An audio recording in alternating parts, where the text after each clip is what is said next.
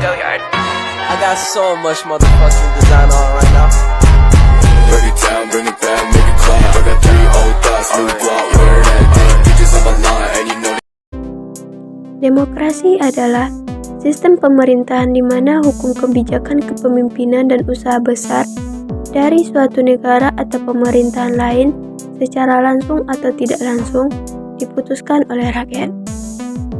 Tahukah kamu asal dari kata demokrasi secara etimologis? Kata demokrasi berasal dari bahasa Yunani, yaitu demos dan kratos. Demos artinya rakyat atau halayak dan kratos artinya pemerintahan. Ciri-ciri negara demokrasi biasanya memiliki beberapa ciri-ciri, di antaranya yang pertama, keputusan pemerintah untuk seluruh rakyat. Hal yang kedua, menjalankan konstitusi ketidak adanya perwakilan rakyat.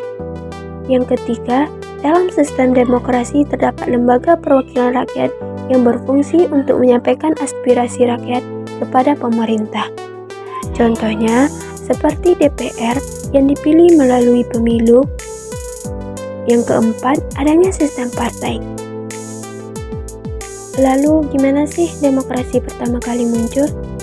Demokrasi pertama kali diterapkan di kota Athena pada masa Yunani kuno yang diperkirakan pada abad ke-14 sampai abad ke-6 sebelum Masehi itu adanya menerapkan konsep demokrasi langsung, yaitu ketika keputusan-keputusan politik digantikan oleh seluruh warga negara.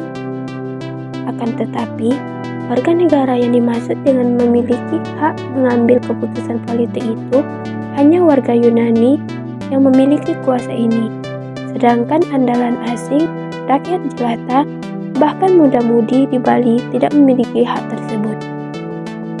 Lalu bagaimana sih perkembangan demokrasi di dunia setelah inovasi di kota Athena? Yunani pada abad ke-4, demokrasi akhirnya meluas wilayah-wilayah lain pada abad ke-6 sebelum Masehi sampai kira-kira pada abad ke-15 Masehi. Negara-negara di Eropa pun mulai menerapkan sistem demokrasi atau sistem demokrasi di Eropa isinya masyarakat jelata dan juga para budaknya.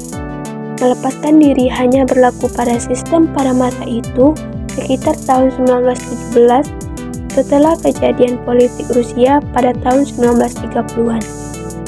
Para diktator mulai menguasai Eropa dan Amerika Latin.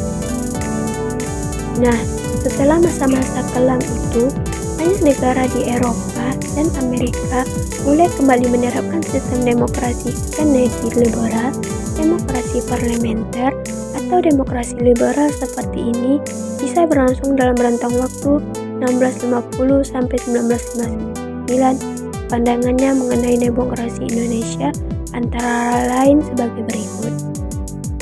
Yang pertama, demokrasi di Indonesia nyantai dengan pemilu yang bebas dan adil. Dan yang kedua, demokrasi yang berjalan di Indonesia telah mendorong berbagai kemajuan dalam pemerintahan, dalam kehidupan sosial dan ekonomi. Yang ketiga, penerapan demokrasi di Indonesia mendapatkan dukungan luas dari rakyat, sehingga demokrasi di Indonesia berdaya tahan jika dibandingkan dengan negara lain. Lalu yang keempat, konsolidasi demokrasi yang terjadi dicirikan oleh konsolidasi berbagai lembaga demokrasi seperti kelompok masyarakat sipil, perlu demokrasi termasuk di dalamnya partai politik. Bring it back, make it clap. I got 3 old thoughts, new